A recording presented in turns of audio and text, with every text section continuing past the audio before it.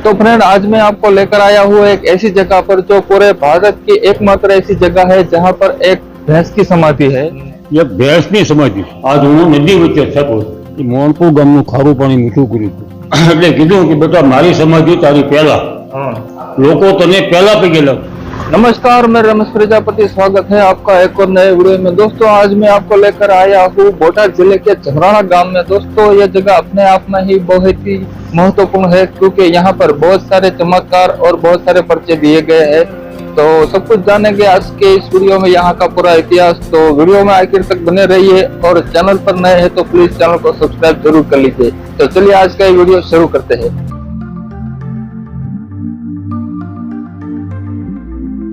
झमराड़ा गांव गुजरात राज्य के बोटाद जिले में बोटाद शहर से लगभग 20 किलोमीटर की दूरी पर और हनुमान जी मंदिर साणंगपुर से लगभग 15 किलोमीटर की दूरी पर स्थित है।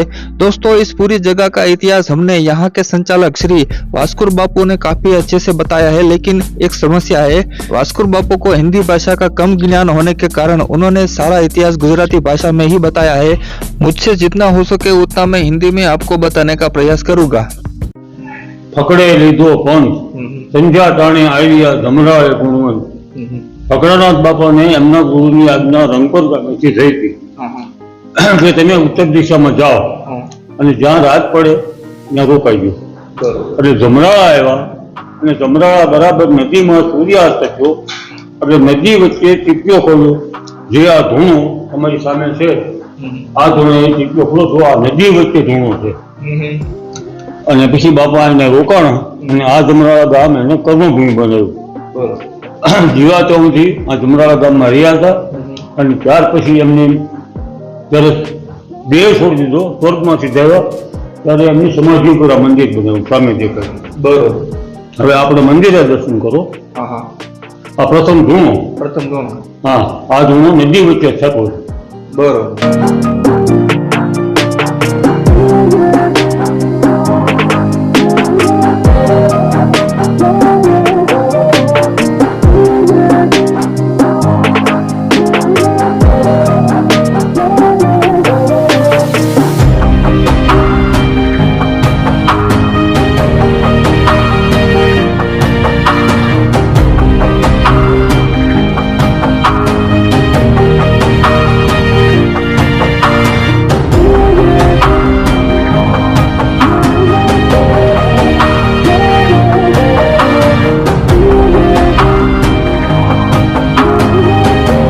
तो मित्रों હવે આપણે मंदिर की तरफ जा रहा थे। तो फ्रेंड मंदिर के परिसर में प्रवेश करते ही आपको सबसे पहले उमाबा की समाधि के दर्शन होंगे, जो भी आप दर्शन कर रहे हैं।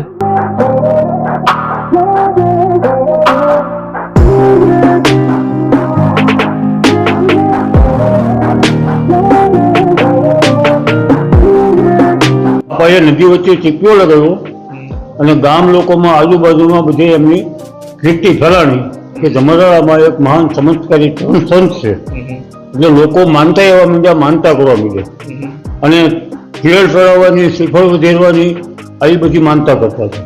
એટલે બાપાને એમ થયું કે આ બધું સારું નહીં, એટલે પછી બાપાએ હનુમાનજીની મૂર્તિની પ્રતિષ્ઠા કરી, જે આપણે સામે દેખાય છે હનુમાનજી। એ હનુમાનજી બાપાએ સ્વયં પધરાવ્યા અને એ હનુમાનજીની મૂર્તિ ઉપર તેલથી ફળ સિંદૂર ચડાવવાનું, કારણ કે પોતે તો એક નિર્મોહી સાધુ હતા। અને હનુમાન ઝાંપે જમરાળા તમે બેઠો જે બળવંત એ અવતારી ઓલિયો હતા બીજા હનુમંત। લોકોમાં એવી માનતા હતી કે હનુમાનજીનો અવતાર અને આ બાપુએ સ્થાપેલા હનુમાનજી છે। આજથી લગભગ 250 વર્ષ પહેલાનો ઇતિહાસ છે।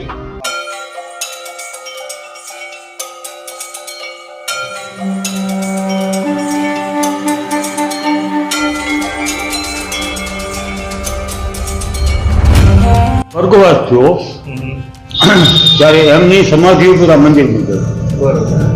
આ એમની સમાધિ ઉપર મંદિર, બાજુમાં સમાધિ એમના ભાઈના નાથજી મહારાજની છે। ફકરનાથ એમ ભેગું નામ બોલે છે। ફકરનાથનું ગુરુએ ધારણ કરેલું નામ સદારામજી હતું, પણ ફકર હતા, મસ્ત જીવન હતું એટલે લોકોમાં પ્રચલિત નામ ફકરનાથ થયું। આ બાજુમાં જે સમાધિ છે. એ એક અમારા ગામના વાળાની દીકરી ઉમાબા, જેણે જગ્યામાં આજીવન સેવા કરી, યાત્રાળુઓને દક્ષિણાથીને રોટલા ઘડી રાંધી ચીંધીને ખવાયું, જગ્યાને વાળી થોડી સાફ રાખી. પછી જ્યારે બાપા એને સમાધિ લેવાનું થયું ત્યારે બાપાને પગે લાગીને ઉમાબાએ પ્રાર્થના કરી કે બાપા તમે સમાધિ લો પછી મારું કોણ. એટલે કીધું કે બેટા મારી સમાધિ તારી પહેલા, લોકો તને પહેલા પગે લાગશે અને પછી મને પગે લાગશે. એટલે એમના મંદિરમાં પ્રવેશ પહેલા ઉમાબાનું મંદિર, અને ઉમાબાના મંદિરે લોકો દર્શન કરીને પછી સમાધિના દર્શન કરે. આજની તારીખમાં પણ ઉમાબાને પહેલા પગે લાગે એવા. એ શિષ્ય પરંપરા મુજબ આ 6 શિષ્યોની સમાધિ છે. અને 7મા મહંત જયદેવદાસ બાપુ અત્યારે વિદ્યમાન છે. આ જગ્યાને અત્યારે 7મી પેઢી ચાલે.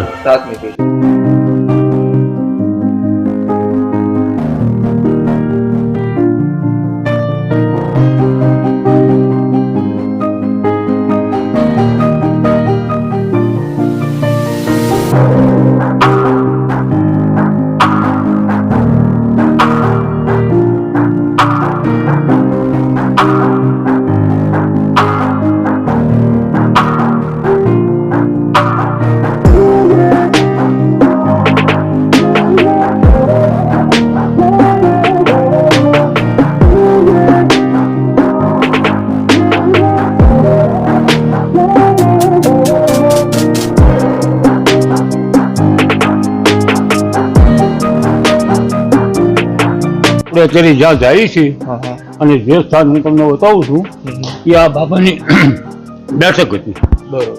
ત્યાં 24 કલાક બેઠક રાખતા હતા અને દર્શનાર્થી યાત્રાળુ એના બેઠા બધા દર્શન આપતા.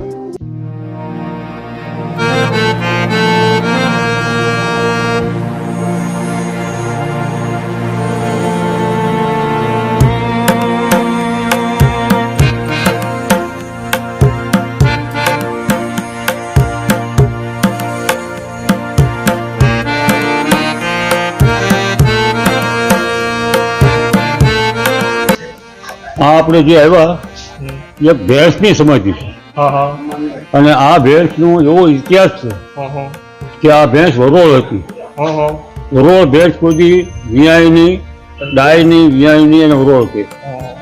એ ભેંસને ફકરા બાપાએ દોઈતી અને જીવિત લગી દોવા દીધી.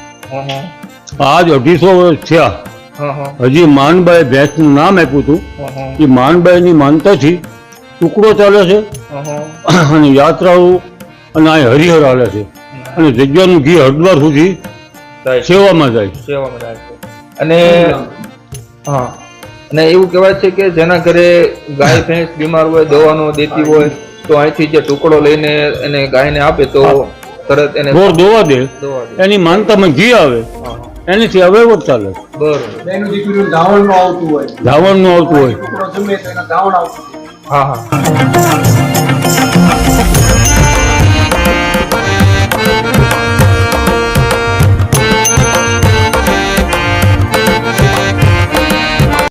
તો અહીંયા જે રોટલાનો ટુકડો મળે છે, આ જે ઓફિસ છે મિત્રો, જે ટુકડો ઘરે લે છે ને કોઈ ગાય ભેંસ બીમાર હોય તો તેમને રોટલો ટુકડો ખવડાવવાથી તેની બીમારીઓ દૂર થઈ જાય છે. તો અહીંથી તમે રોટલો ટુકડો મેળવી શકો છો. અને ગાય ભેંસને સારું થઈ જાય એટલે માણસો અહીં માનતામાં ઘી અહીં ચડાવે છે. घी, दूध, कोई पण वस्तु। तो फ्रेंड, जिनके घर में गाय भैंस होती है और अगर वो बीमार होती है तो यहाँ पर एक रोटी का टुकड़ा दिया जाता है, जो टुकड़ा गाय या भैंस को खिलाने से उनकी सारी बीमारियां ठीक हो जाती है। तो ये इस जगह का चमत्कार है। तो चलिए दोस्तों, अब आपको यहाँ से भोजनशाला की ओर लेकर चलता हूँ। तो मित्रों, અત્યારે આપણે ભોજનશાળા તરફ જઈ રહ્યા છીએ।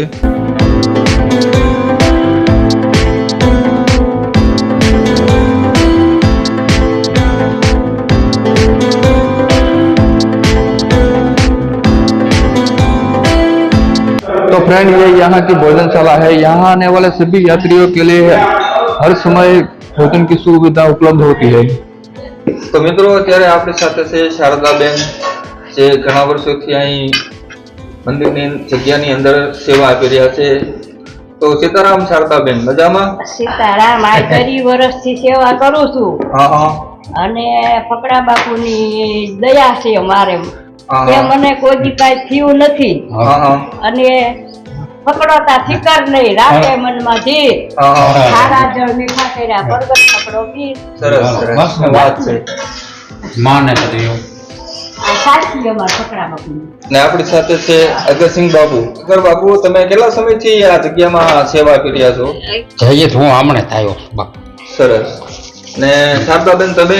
રાજા મારા 30 વર્ષ થયા હો। વર્ષ છે એમને પહેલા મેં 7 વર્ષ કરી પાછા હું મહિનો થયો મારે બરોબર। મહિનો થયો 30 વર્ષ કરું એક છું। મહિને અમારા બટુક બાપુની રાજી જમાડતી, એમને ગરીબદાસ બાપુને બધાને રાજી જમાડતી, અત્યારે જયદેવ બાપુને જમાડું છું।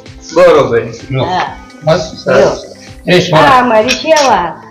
સરસ। આ ભોજન સેવા છે હમ અને અહીંયા આપણે ગમે ત્યારે હરિહર તમને મળે હમ 24 કલાક રસોડું ચાલુ હમ 24 કલાક સરસ। हाँ बिना मूल्य कोई पण बिना नहीं। मूल्य, हाँ। यात्राओं ने हुआ बेवन सगुरता बिना मूल्य बिजू।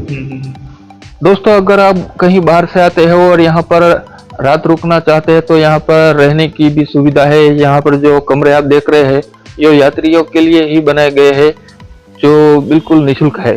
तो मित्रों, હવે આપણે અહીંથી ગૌશાળા તરફ જઈ રહ્યા છીએ।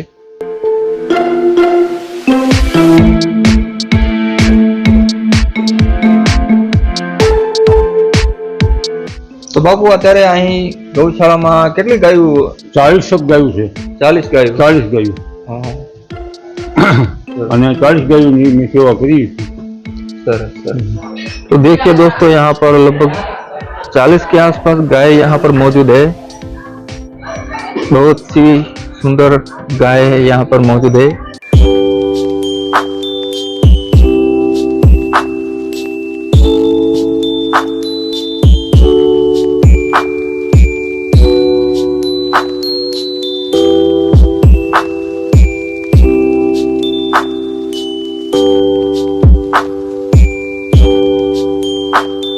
તો મિત્રો, અત્યારે આપણે જઈ રહ્યા છીએ ફકડાનાથ મહાદેવ ફકડાનાથ મહાદેવના દર્શન કરવા માટે। મિત્રો, આ શિવલિંગ જે છે એ બહુ જ અદ્ભુત ને બહુ મહત્વપૂર્ણ છે, કારણ કે આ જે શિવલિંગ છે તેને 12 જે જ્યોતિર્લિંગ છે તેની સાથે સ્પર્શ કરેલું આ જ્યોતિર્લિંગ છે। તો ચાલો આપણે એના પણ દર્શન કરી લઈએ। તો મિત્રો, આ છે એ શિવલિંગ જે 12 જ્યોતિર્લિંગને સ્પર્શ કરેલું છે અને તેની પૂજા કરેલી છે। તો વસ્તુ બાપુ, જી તો આ શિવલિંગ વિશે થોડીક વાત કરો। હા બસ આ શિવલિંગની આપણે વાત કરી હા એમ અમારે અહીં સંત બટુક સ્વામી હા હા જે સંત થઈ ગયા એમની પાસે આ શિવલિંગ હતું હા હા અને શિવ ઉપાસક હતા। હા એમણે 12 જ્યોતિર્લિંગને આ શિવાલયને સ્પર્શ કરાવી અને આ જમરાળામાં સ્થાપના કરી। બરાબર। આગળ બટુક બાપુની સમાધિ ઉપર બટુક બાપુનું સ્થાન છે। હા હા આપણે એ બટુક બાપુએ આજીવન આ જગ્યામાં સેવા કરી। બરાબર।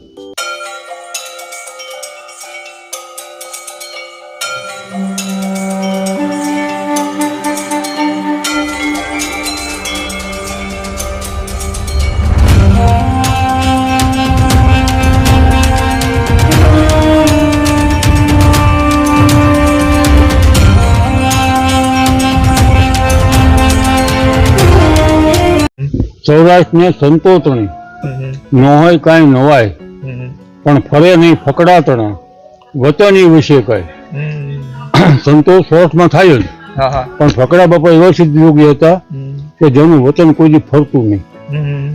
આશા કરીને અંતરમાં જાય જમરાળા જે કીટ કે એના કામમાં ફકડો કરે ફતે।